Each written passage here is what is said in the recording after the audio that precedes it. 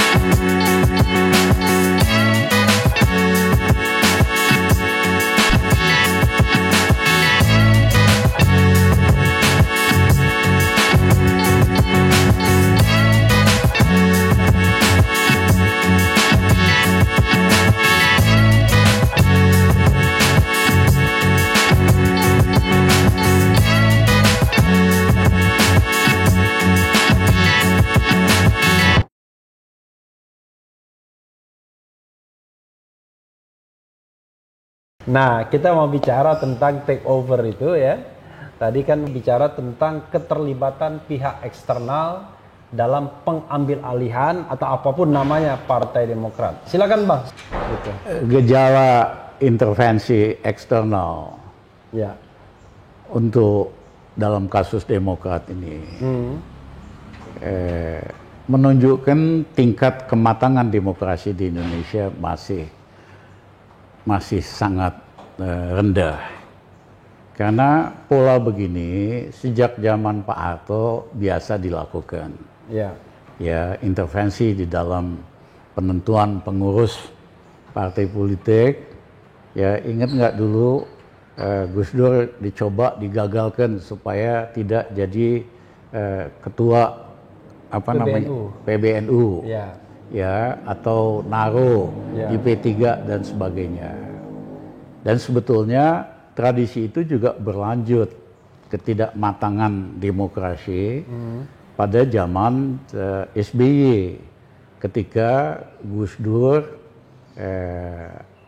Muhaimin bikin KLB tandingan, justru dimenangkan oleh Menteri Hukum pada waktu itu. Siapa Menteri Hukumnya pada waktu itu? Wah, lupa saya. Yusril tapi Iza Mahendra bukan ya? bukan.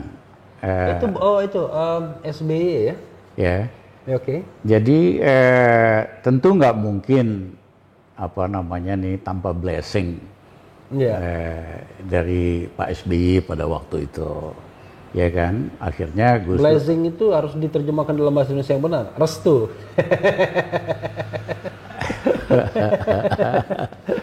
Nah, akhirnya kan Gus Dur sebagai pendiri PKB dipecat sebagai ketua PKB, dipecat sebagai anggota. Sebetulnya kudeta itu udah terjadi juga lah di masa lalu, ya kan? Kudeta PDI Megawati dan sebagainya, Juli, ya. sampai peristiwa 27 Juli. Jadi itu tidak dibenarkan. Ada cara yang lebih elegan tentu, tetapi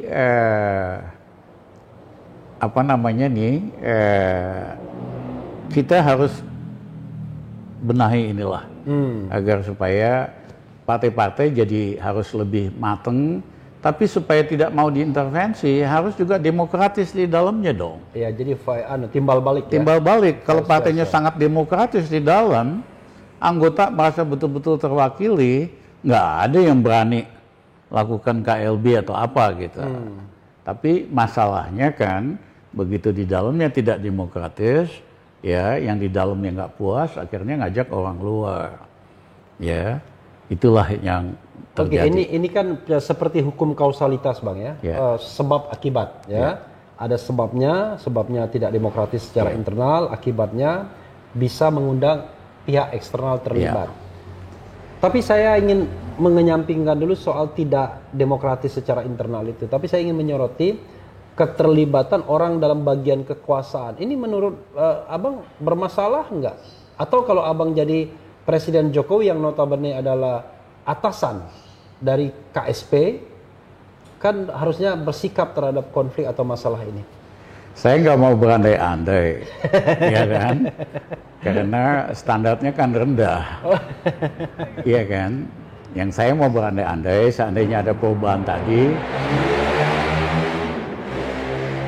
kita benahi sistem partai politik di Indonesia, supaya dibiayain oleh negara, tapi dengan syarat boleh terima subsidi negara, ADRT-nya harus diubah. Yaitu harus terjadi demokrasi internal di dalam partai tersebut. Jadi kalau Refli misalnya masuk partai PDIP, berhak jadi ketua, tidak perlu cucunya Bung Karno. Berhak jadi ketua, tapi dengan syarat berapa tahun jadi anggota.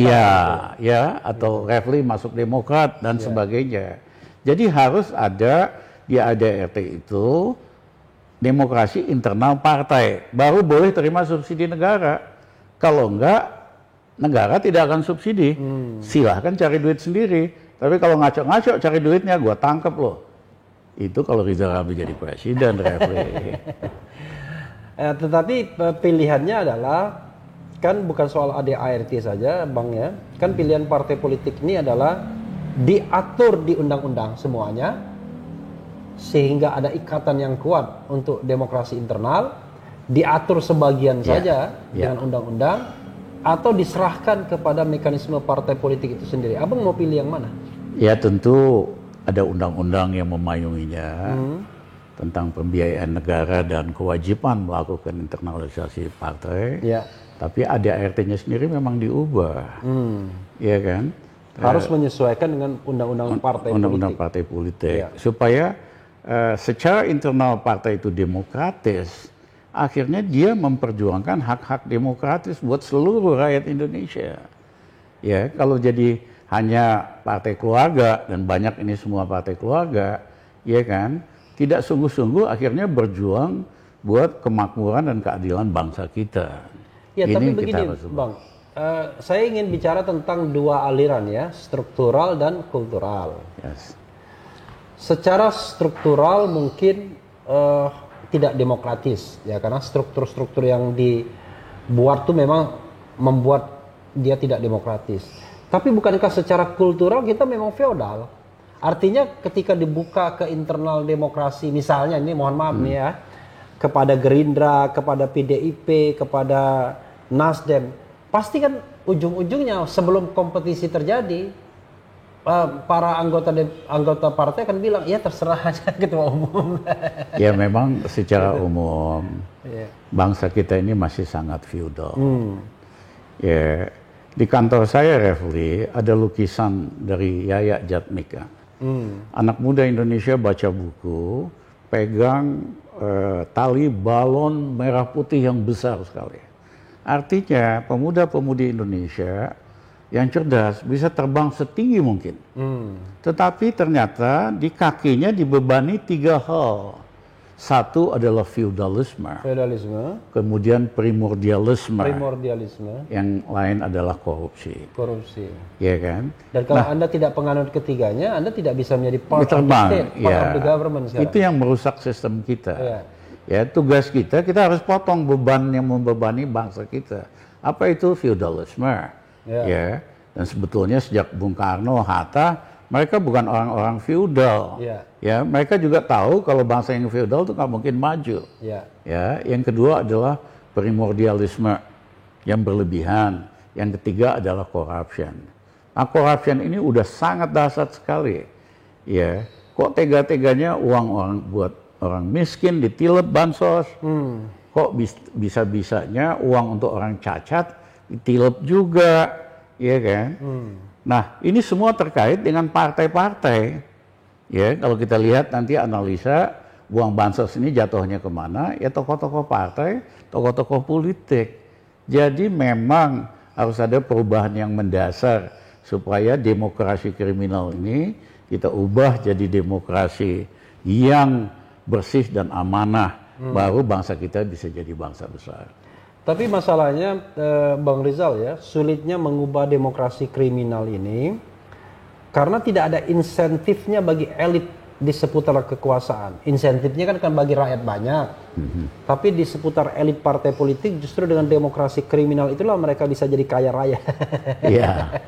Makanya itu kita perjuangkan waktu itu di Mahkamah Konstitusi agar supaya tidak ada lagi threshold. Ya. Karena untuk maju jadi bupati perlu sekitar 50-60 miliar. Pasti dibayarin bandar sama cukong. Ya kan? Begitu gubernur hampir 100-300 miliar. Makanya gubernur yang dianggap baik, penerima Bung Hatta Anti Corruption Award pun akhirnya korupsi juga. Nah, jadi ini kita harus ubah, hapuskan threshold, karena di Undang-Undang Dasar kan nggak ada threshold. Jadi MK ini mohon maaf, saya katakan di media, ini bukan Mahkamah Konstitusi, ini Mahkamah Kekuasaan.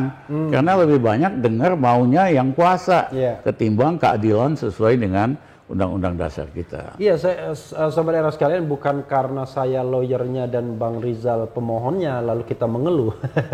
Karena kita melihat bahwa kalau kita bicara tentang rasionalitas, memang sukar mempertahankan presidensial threshold itu kecuali memang ini kepentingan segelintir elit yang terus ingin berkuasa dengan cara mudah.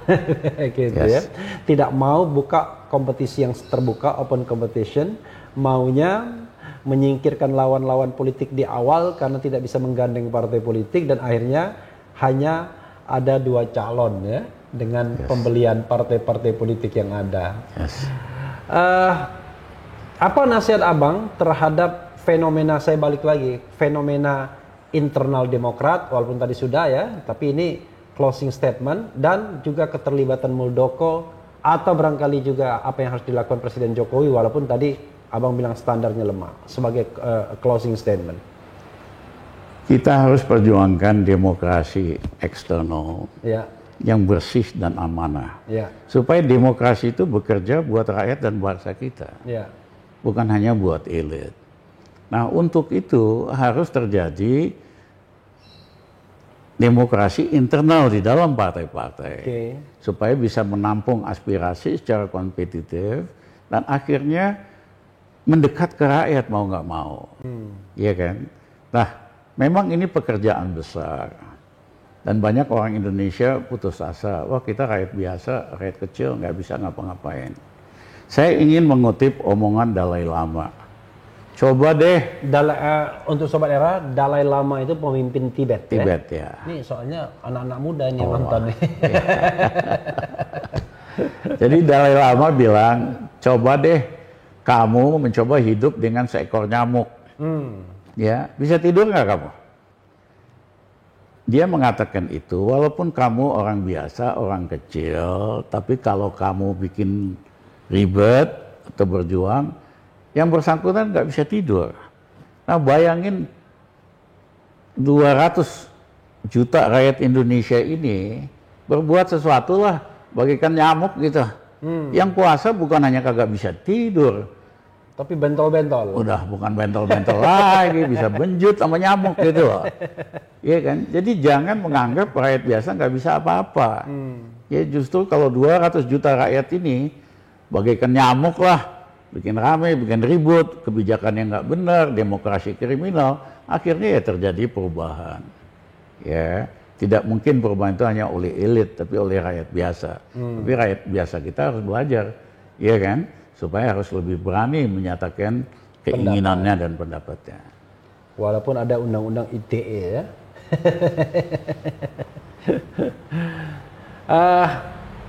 Tapi kan itu kan sebenarnya kan penyelesaian yang sangat konseptual, Bang, ya, yang it takes time mungkin. Tapi yang di depan mata ini kan ada 2 ya, kalau ini kan sebetulnya become a political decision dari yang kuasa. mereka mau bikin apa, ya kan?